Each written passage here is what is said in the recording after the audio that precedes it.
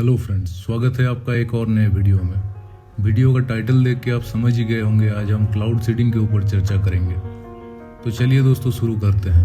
क्या हम इंसान वेदर को कंट्रोल करना सीख चुके हैं? क्या ये टेक्नोलॉजी पानी की समस्या का समाधान कर सकती है? कैसा लगेगा आपको ये सुन के अगर मैं बोलूँ कि हम लोगों ने वेदर को कुछ हद तक कंट्रोल करना सीख लिया है। क्लाउड सीडिंग टेक्नोलॉजी की मदद से हम लोग जहाँ चाहे वहाँ कृत्रिम बारिश करवा सकते हैं। ये एक ऐसा टेक्नोलॉजी है जिसको हम बरसों से यूज़ करते आ रहे हैं। आप चाहे तो आप इसको अपनी शादी के पर्पस में भी यूज़ कर सकते हैं। यूके की एक कंपनी है ओलिवर्स ट्रेवल नाम से।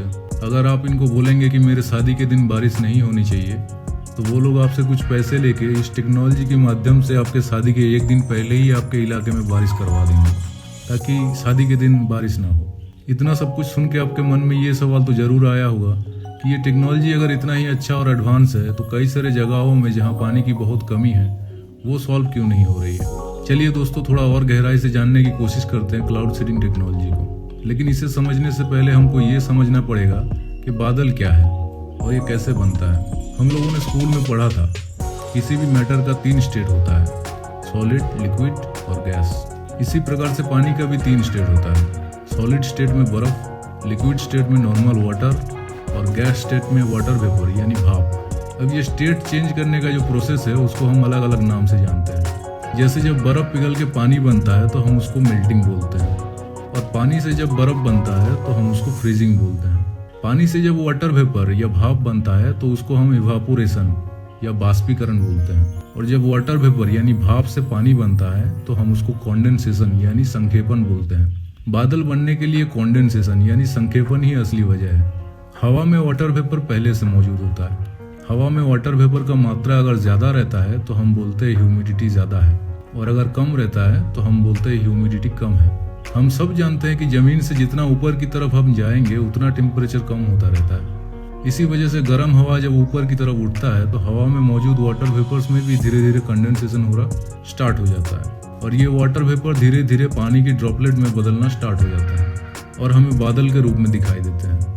ये वाटर ड्रॉपलेट्स बहुत छोटे छोटे होते हैं, इतने छोटे छोटे कि 1 mm का 100 भाग में से महज 1 भाग, और इसी वजह से ये ड्रॉपलेट्स आसमान में तैर पाते हैं। फिर ये वेपर जब आसमान में और ऊपर जाते हैं तो टेम्परेचर और कम होने की वजह से इनमें फ्रीजिंग स्टार्ट हो जाता है और छोटे छोटे बर्फ के क्रिस्टल बनने लगते हैं। तो इस प्रकार से हमको 2 तरह का बादल देखने को मिलते हैं। एक प्रकार का बादल जो वाटर ड्रॉपलेट से बनता है, जो कि कम ऊंचाई पे ही देखा जा सकता है, और दूसरा वो बादल जो बर्फ के क्रिस्टल से बनता है। ये बहुत ऊंचाई पे ही दिखते हैं।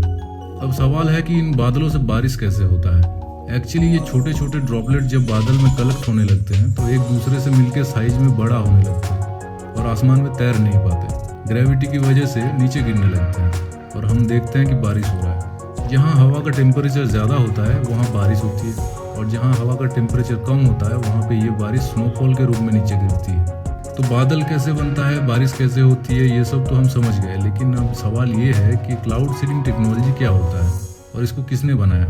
तो एक्चुअली इस टेक्नोलॉजी का आविष्कार अमेरिका के एक साइंटिस्ट विंसेंट जोसेफ स्कैफर्ड ने गलती से कर दिया था, जो एयरक्राफ्ट आइसिंग के ऊपर रिसर्च कर रहे थे, और इसके दौरान वो एक आइस बॉक्स का इस्तेमाल करते थे। इस बॉक्स के अंदर सांस छोड़ते समय पे वो नोटिस करते हैं उनका सांस भाप के रूप में बाहर निकल रहा है, जैसा अक्सर हम सर्दियों के दिनों में देखते हैं। वो ये देखना चाहते थे कि इस बॉक्स का टेम्परेचर अगर और कम करके अंदर सांस छोड़ा जाए तो क्या होगा। तो इसके लिए उन्होंने उस बॉक्स के अंदर ड्राई आइस ले लिया। ड्राई आइस मतलब कार्बन डाइऑक्साइड का सॉलिड स्टेट जो बहुत ज़्यादा ठंडा होता है। फिर उन्होंने जब इसके अंदर सांस छोड़ी तो वो चौंक गए ये देख के कि उनके सांस छोड़ते ही उनके सांस में पहले से मौजूद वाटर वेपर तुरंत बर्फ के छोटे छोटे क्रिस्टल में बदल गए।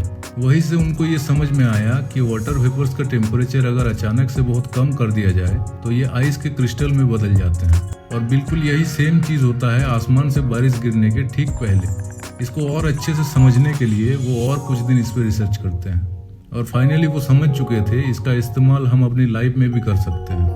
इसको आजमाने के लिए 13 नवंबर 1946 को डॉक्टर विंसेंट 2.5 kg तक का ड्राई आइस लेके एक एरोप्लेन में बैठकर रवाना हो जाते हैं। रास्ते में उनको एक बादल दिखता है ग्रेलॉक माउंटेन के ऊपर। वो ड्राई आइस उन्होंने इन बादलों के ऊपर बिखेर दिया। उसके बाद उन्होंने देखा उस जगह पे अचानक से ही बारिश स्टार्ट हो गया, और यही से शुरू हुआ क्लाउड सीडिंग टेक्नोलॉजी। साइंटिस्टों के रिसर्च से पता चला है कि वाटर वेपर्स को आइस क्रिस्टल में बदलने के लिए एक नॉन गैसियस सरफेस का जरूरत पड़ता है। जैसे कि हम सबने देखा है, एक कांच के ऊपर अगर हम सांस छोड़ते हैं तो वो कांच धुंधला हो जाता है। तो कांच एक नॉन गैसियस सरफेस है, इसमें कंडेंसेशन बहुत जल्दी होता है। अब आपको लग रहा होगा कि डॉक्टर विंसेंट ने तो एक्सपेरिमेंट करते समय पे कोई नॉन गैसियस सरफेस का इस्तेमाल नहीं किया था, फिर उनका एक्सपेरिमेंट सक्सेसफुल कैसे हुआ था? तो मैं आपको बता दूं, एक्चुअली उन्होंने अनजाने में ही नॉन गैसियस सरफेस का इस्तेमाल किया था। क्या होता है कि हवा में बहुत छोटे छोटे धूल के कण मौजूद होते हैं जिसको हम खाली आंख से देख नहीं पाते। ये धूल के कण बादलों के साथ तैरते रहते हैं। डॉक्टर विंसेंट के एक्सपेरिमेंट में यही धूल के कण नॉन गैसियस सरफेस का काम किया था। मतलब नॉन गैसियस सरफेस जितना ज्यादा होगा, कंडेंसेशन भी उतना ही जल्दी होगा। अब साइंटिस्ट सिल्वर आयोडाइड को इस्तेमाल करते हैं नॉन गैसियस सरफेस के तौर पे, क्योंकि इसकी एक अच्छी बात यह है कि ये मॉइस्चर को बहुत जल्दी अब्सॉर्ब कर लेता है। इसीलिए बादलों में मौजूद वाटर वेपर्स को ये बहुत जल्दी अट्रैक्ट करता है, जिससे तुरंत बारिश स्टार्ट हो जाता है। रिसेंट टाइम में हमारे पास सिल्वर आयोडाइड जैसा बहुत सारा मटेरियल है, जिसको हम क्लाउड सीट या फिर क्लाउड कंडेंसेशन न्यूक्लियाई भी बोलते हैं, जिसको बादलों के ऊपर स्प्रे करने से बहुत जल्दी बारिश शुरू हो जाएगा। बहुत से देश बहुत से कारणों के लिए इस टेक्नोलॉजी का इस्तेमाल करते आए हैं। 1955 में नवंबर में थाईलैंड के राजा ने वहां के किसानों के लिए क्लाउड सीडिंग टेक्नोलॉजी के ऊपर बेस करके एक प्रोजेक्ट लॉन्च किए थे, जिसका नाम था रॉयल रेन मेकिंग प्रोजेक्ट।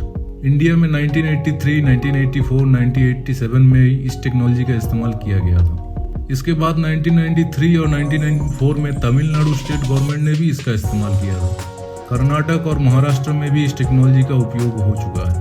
तो दोस्तों, क्लाउड सीडिंग तभी संभव है जब आसमान में बादल पहले से मौजूद हो। बिना बादल के आर्टिफिशियल बारिश नहीं हो सकती। इस टेक्नोलॉजी के माध्यम से हम बारिश करवाने का डेट तो चेंज कर सकते हैं, लेकिन बारिश को नए से बना नहीं सकते। तो दोस्तों, मुझे नहीं लगता जिस इलाके में बारिश एकदम ही ना होती हो, उस जगह पे कभी इस टेक्नोलॉजी के प्रयोग से बारिश करवाया जा सकता है। इसीलिए वहाँ के पानी की समस्या को इस टेक्नोलॉजी से मिटाया नहीं जा सकता।